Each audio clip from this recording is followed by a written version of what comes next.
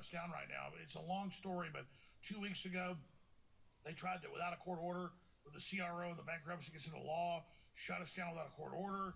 Now there's a court hearing tomorrow. They may shut us down tomorrow. But there is a desperation to shut us off because they don't want us on air when we cover what is about to happen. So I don't think about me, which I'm fine. I love talking about me, but I'm not dumb. This isn't about me. Something big is about to happen. Why are they so desperate to get me off air?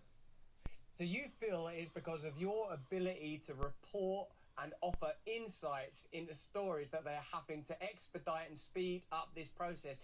So we should all hold our breath for something terrifying, which is, well, I don't even like thinking in those terms, Alex. I really don't. I deal with enough anxiety. But can you tell me how this unfolded? How we went from the sort of trial that we all saw where it was about compensation for the victims of Sandy Hook, and I've reported on this before, in a sense, like the way this has been reported on, is not that you said some things that were insensitive and untrue about Sandy Hook. It's almost been portrayed as if you did Sandy Hook. That's the kind of like the way that the messaging has been kind of confused and mangled, the way that the way these stories play out in the public sphere. How have we gone from that to we're claiming all of your assets? Is it true they're taking your archives? Who would ultimately own InfoWars in this instance? Well, that's a great Russell Brand 2.0 cut right to the chase. They bragged after they won these two court cases where the judges already found me guilty 2 years ago in Texas and Connecticut in controlled jurisdictions.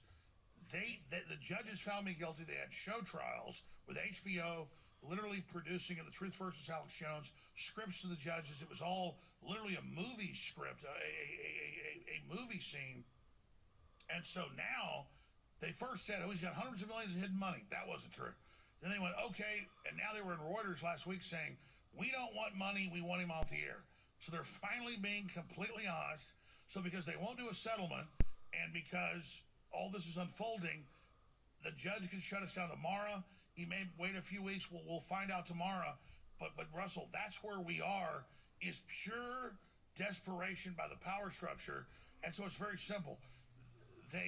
Sandy Hook is like a franchise, a money-raising thing, a Democratic Party fundraising deal. I barely ever even talked about it, never even said the things that they said I said. I have a right to say those things. I didn't say those things.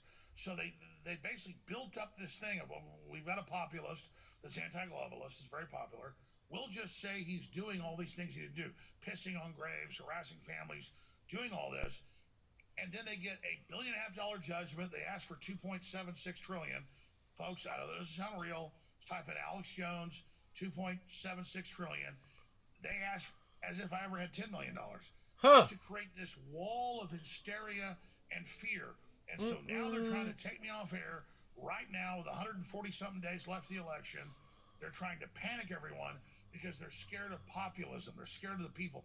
They're scared of archetypally Joseph Campbell, the great psychologist Carl Jung, off what I represent. So they